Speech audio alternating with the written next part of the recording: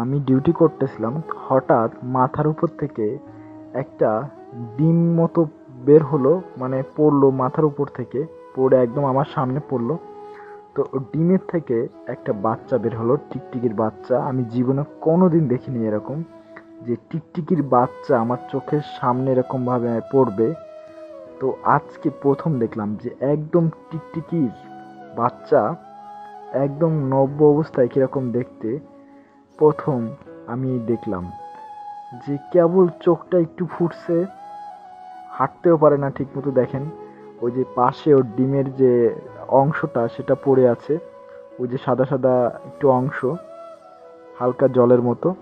তো এইটা আসলে এতটুকু একটা ডিমের ভিতরে একটা টিকটিকি, হায় ঈশ্বর! সবই ঈশ্বরের মানে সৃষ্টি। দেখেন ওই যে ওই চাল থেকে পড়লো এখানে। তো আমি এখানে ওকে দেখতেছি অনেকক্ষণ। তো আসলে এটা এমন একটা ভিডিও বানাইছি যে অনেকে ভাববে যে এইটা নিয়ে কেউ ভিডিও বানায়। আরে ভাই, ওটারও তো একটা জীবন আছে, তাই না? আজকে যদি আমি খেয়াল না করতাম, ওটাকে যদি লাথি মেরে এখান থেকে ফেলে দিতাম, হয়তো কারোর পায়ের তলে পড়ে ওর জীবনটা এভাবেই চলে যেত। কিন্তু একটাবার ভেবে দেখেন, আপনার আমার বাচ্চা যখন, আমাদের আহ, বাচ্চারা যখন সদ্য যখন পৃথিবীতে আসে, আমরা কতই না আদর যত্ন করি, তাই না? তো সেরকম ওরও তো একটা জীবন, তাই না?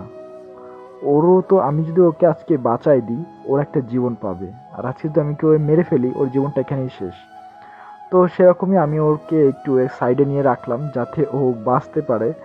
তো দেখলাম যে একটু নাড়াচাড়া করতেছি, যখনই ওকে একটা পাশে রাখলাম, তো এই যে ওকে টেনে একটা পাশে রেখে দিলাম। ভাবলাম যে ও যেভাবে হোক ওর নিজের জীবনটাকে সারভাইভ করে নিতে পারবে, হয়তো পরে বাঁচতে পারবে। তো এটুকুই। পরে আমি ঘন্টাখানিক পরে এসে দেখছিলাম যে ও আর ওখানে নেই। তো ভাবলাম যে যাই হোক, ও মনে হয় বেঁচে গেছে। তো এটা একটা মনের একটা শান্তি, ঠিক আছে? এই যে দেখেন কিভাবে তাকায় আছে। তো যাই হোক, আপনাদের সামনে যদি কখনো এরকম হয়, চেষ্টা করবেন যে ওদের জীবনটাকে বাঁচানোর।